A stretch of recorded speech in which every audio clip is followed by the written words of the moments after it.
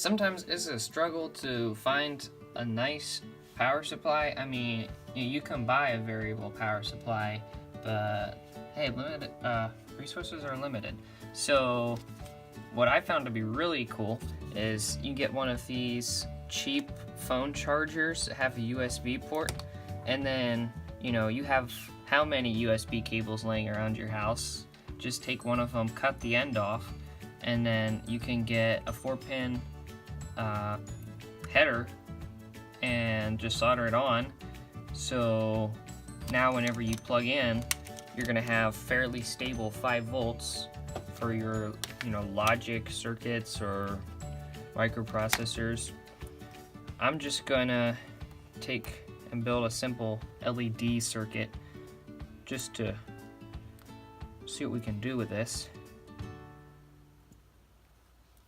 Whoa. There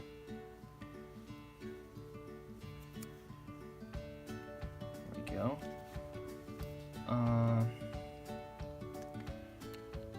Nice big 10mm LED. I love those things. We're gonna put our ground wire in, and I have this bag of 100 ohm resistors. Actually, I have a bag of almost every value of resistor. I'll show you that in a second. You can see all these bags up here. Just makes it easy to find what you need, from 1 ohm all the way up to about 10 megohms.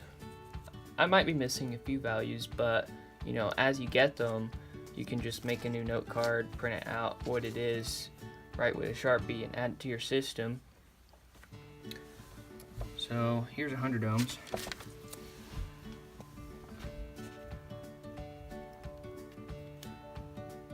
Yeah, so I just have 5 volts, and then in through the resistor, through the LED, and then back to ground. And I made a little notch on here with a file, or you could do it with a blade, of which one is ground. So in this case, 5 volts is on the opposite side, ground. Wow, that's bright. That's cool. I really like these 10mm LEDs. Look at that. That's intense. Well, there you go. Fairly stable 5 volts. When you're using a battery, you don't have the 60 hertz interference that comes from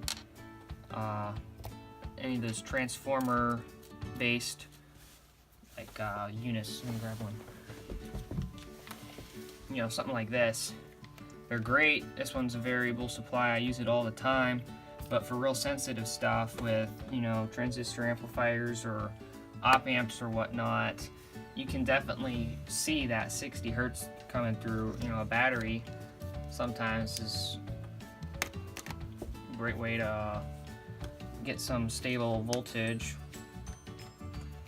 It's also portable, which is nice. You can carry your circuit around. Well, I hope you enjoyed this video. Let me know in the comments if you find it useful. Thanks for watching.